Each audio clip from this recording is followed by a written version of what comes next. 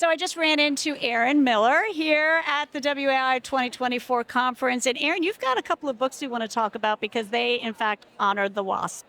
Yes, so I've been at Authors Connect here at the Women in Aviation conference this week, and I have my two books, What Grandma Did, which is a children's book that helps kids learn about the WASP program from World War II, and my book, Final Flight, Final Fight, which talks about the campaign that I led to have Congress pass a bill so my grandmother could be buried at Arlington National Cemetery with her recognition as a member of the WASP during World War II. Why is it important that we today remember and honor the Women Airforce Service Pilots? What was so important about their contribution to aviation?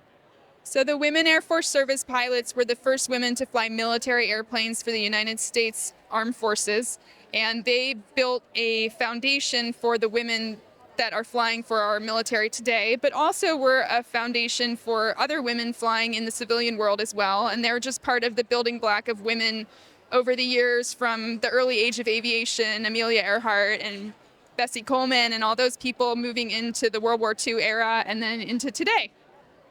We're happy you're here this week, and really you are a great participant in our annual Honor the WASP program where WI members and friends and chapters go to the graves of the WASP and honor them with a flag or some kind of memorial. So tell us a little bit about the program and how important that is, really.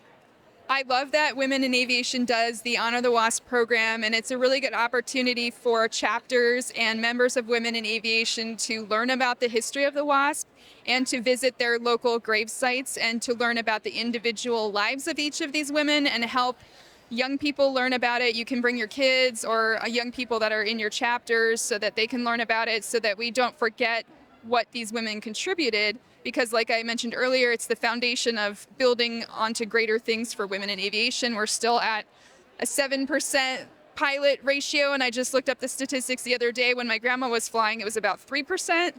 So it hasn't moved too much, and learning about the history and trying to build on all of that helps people not be forgotten and the history be remembered.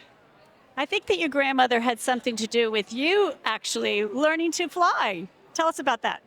Yeah, so I didn't learn for a long time, and then finally the last year and a half, 2 years or so, I decided, okay, I'll finally learn to fly, and I went and got my license. I spent a few months at a school learning in Florida, and got my private.